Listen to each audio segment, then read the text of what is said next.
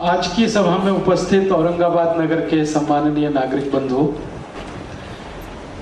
मैं आप सभी का बहुत आभारी हूं कि आप यहां उपस्थित हैं और मुझे आपसे संवाद करने का, बात करने का थोड़ा समय मिल रहा है।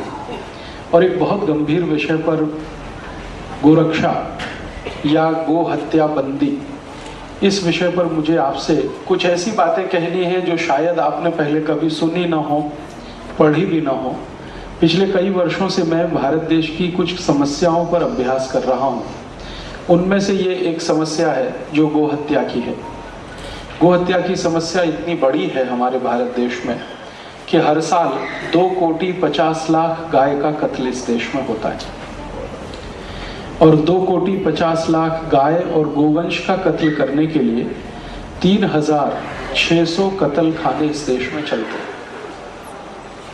भारत सरकार के रजिस्ट्रेशन से चलने वाले ये कत्ल खाने 3,600 के आसपास हैं। बिना रजिस्ट्रेशन चलने वाले जो कत्ल खाने हैं उनकी कोई माहिती सरकार के पास नहीं है। एक बार मैंने भारत सरकार के कृषि मंत्रालय को, जिसके अधीन में पशु मंत्रालय भी आता है, पशुधन विभाग आता है, उनको एक खत लिखा था, पत्र लिखा था और उनको ये पूछा था कि जो रजिस्टर्ड कत्ल खाने हैं, जिनका सरकार ने अनुमति पत्र दिया है, उनकी संख्या 3,600 है, अनरजिस्टर्ड कितने हैं।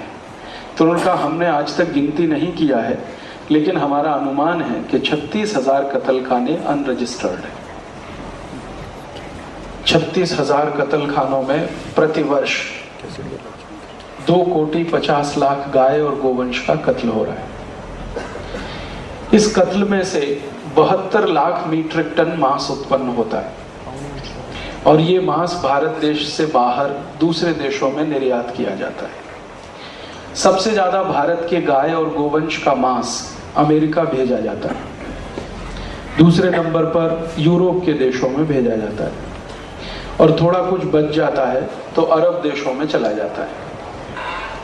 भारत की गाय का मांस अमरीकी लोग सबसे ज्यादा खाते हैं। यूरोप के लोग भी भारत की गाय का मांस खाना पसंद करते। उसके बारे में थोड़ा मैंने अभ्यास किया कि ये अमरीकी लोग अपने देश की गाय का मांस क्यों नहीं खाते, भारत की गाय का मांस क्यों खाते। यूरोप में भी गाय होती है, वो अपनी गाय का मांस क्यों नहीं खाते। तो पता ये चला कि यूरोप और अमेरिका की जो गाय है उसको कई गंभीर बीमारियां हैं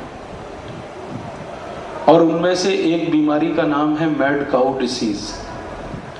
इस बीमारी में क्या होता है कि गाय का सिर का जो सींग होता है, हॉर्न, उसमें घाव हो जाते हैं, पस पड़ जाता है। और गाय के जो पैर होते हैं उसमें भी घाव हो जाता है, पस पड़ जाता है। तो सामान्य रूप से अमेरिका और यूरोप की गायों को ये बीमारी रहती है और इस बीमारी का मांस, माने इस बीमारी से प्रभावित गाय का मांस कोई खाए तो कोई व्यक्ति को इससे भी ज्यादा गंभीर बीमारी होने की शक्यता है। इसलिए यूरोप और अमेरिका के लोग आजकल अपने देश की गाय का मांस कम खाते हैं। भारत की गाय के मांस की उन्हें ज्यादा डिमांड है। कारण क्या है? भारत की गायों को ये बीमारी नहीं होती है।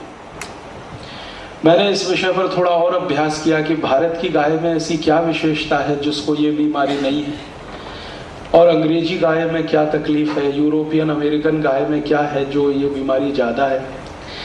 तो पता चला कि यूरोपियन और अमेरिकन गाय को भी मांसाहारी भोजन कराया जाता है और गाय मूलतः शाकाहारी प्राणी है। तो शाकाहारी प्राणी को अगर मांसाहारी भोजन कराओ तो कुछ ना कुछ तो उसके साइड इफेक्ट्स आएंगे। वो यही है। आपके मन में प्रश्न आएगा कि ये यूरोप और अमेरिका वासी क्यों गाय को मांसाहारी भोजन कराते। ये मैंने उनके यहाँ प्रश्न एक बार पूछा। यूरोप में गाय पालन करने वाली जो संस्थाएं हैं उनको जब मैंने ईमेल किए और उनसे पूछा कि आप इनको मांस क्यों खिलाते हो गाय को, तो कहते हैं मांस बढ़ाने के लिए मांस खिलाते। गाय के शरीर में मांस की मात्रा और ज्यादा बढ़े इसके लिए मांस खिलाते। और मुझे पहली बार पता चला मेरे जीवन में कि यूरोप की सभी गाय मांस के लिए ही पाली जाती है। दूध उनके लिए सेकेंडरी प्रोडक्ट है। दूध पीने की यूरोप और अमेरिका में कोई परंपरा नहीं है। वो दूध पीना ज्यादा पसंद भी नहीं करते। लेकिन मांस खाना पसंद करते हैं, तो गाय को वहां मांस के लिए पाला जाता है। और इसीलिए गाय को पिछले 50 साल में इतना मोटा बना दिया है उन्होंने कि वो अभी भैंस से भी ज्यादा बदतर हो गई है। यूरोप और अमेरिका की जो जर्सी गाय है, होलिस्टियन है, फ्रीजियन है, जो उनकी प्रजातियां हैं, वो सभी बहुत ही विचित्र किस्म की है। उनमें गाय का कोई भी गुण नहीं बचा है। जितने दुर्गुण भैंस में होते हैं वो सब जर्सी गाय में दिखाई देते हैं। जैसे उदाहरण के लिए, जर्सी गाय को अपने बच्चे से कोई लगाव नहीं होता और जर्सी गाय अपने बच्चे को कभी पहचानती भी नहीं है। कई बार ऐसा होता है कि जर्सी गाय का बच्चा किसी दूसरी जर्सी गाय के साथ चला जाए तो उसको कोई तकलीफ नहीं है। लेकिन भारत की जो देशी गाय है ना, वो अपने बच्चे से इतना लगाव रखती है, इतना प्रेम करती है कि अगर उस बच्चे को किसी ने बुरी आंख से भी देखा तो मार डालने के लिए तैयार हो जाती है। और भारतीय गाय की सबसे बड़ी विशेषता यह है कि लाखों की भीड़ में वो अपने बच्चे को पहचान लेती है और लाखों की भीड़ में उसका बच्चा अपनी आई को पहचान लेता है। जर्सी गाय कभी भी पैदल नहीं चल पाती है, चलाने की कोशिश करो तो बैठ जाती है। लेकिन भारतीय गाय की यह विशेषता है कि कितने भी ऊंचे पहाड़ पर उसको चढ़ा दो, वो चढ़ के चली जाती है। अगर कभी आपको मौका मिले तो हिमालय की परिक्रमा करिए। हिमालय पर्वत पर जितनी ऊंचाई तक मनुष्य जा सकता है, उतनी ऊंचाई तक आपको देशी गाय मिलेगी। गंगोत्री जाइए, जमुनोत्री जाइए, बद्रीनाथ जाइए, केदारनाथ जाइए, ये चारों तीर्थों को अगर आप यात्रा करें तो हिमालय की परिक्रमा लगभग हो जाएगी।